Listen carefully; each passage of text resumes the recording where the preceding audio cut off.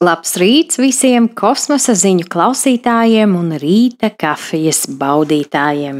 Šīs nedēļas nogale būs tāda kā dubultā enerģijas deva. Sestdien, 9. augustā, mūs gaida pilnmēnesis. Tas ir ūdensvīra pilnmēnesis un laiks, kad ir jāatbrīvojas no tā, kas mūs ierobežo un jāpieņem savu unikālo būtību kā savu lielāko spēku.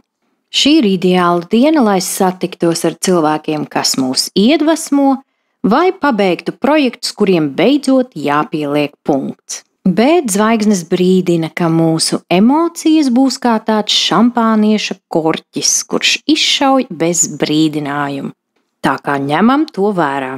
Savukārt 9. augusta jubilāri ir lauvas ar karaliskām dvēselēm.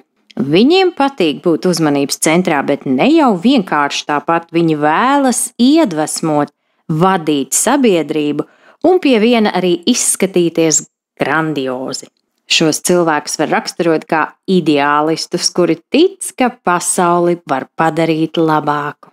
Savukārt svētdien, 10. augustā mēnesis jau pāries uz zivīm, un mēs visi to izjutīsim kā pāreju no tādas iekšējas emocionālās vētras uz mierīgāku jūras krastu.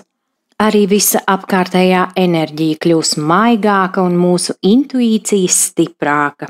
Un iespējams būs tāda sajūta, ka gribas tikai mieru un klusumu vai kādu iedvesmojošu sarunu ar pašiem ar sevi. Tāpēc tā ir lieliski piemērota diena meditācijām, mākslas baudīšanai vai vienkārši garākai kafijas pauzei, vērojot mākoņus.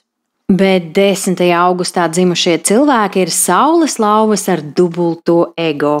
Šajos cilvēkos apvienojas lepnums ar spēcīgu iekšējo dzinējspēku, vienmēr sākt kaut ko no nulles un pārvērst to par miljonu. Galvenais uzdevums šiem cilvēkiem ir ticības sev un saviem spēkiem. Un tad visas visuma durvis būs atvērtas, bet ja šīs ticības nav, tad viņi var sēdēt un gaidīt brīnumu, līdz kāds atnāk un aizvelk tos aiz rokas, savādāk uz priekšu var netikt. Sveicam visus šīs nedēļas nogales gaviļniekus, jo svētki ir jāsvin. Lai tava kosmosa kafija un visa nedēļas nogale garšo pēc zvaigznēm, bet virs galvas mūžīgs piena ceļš.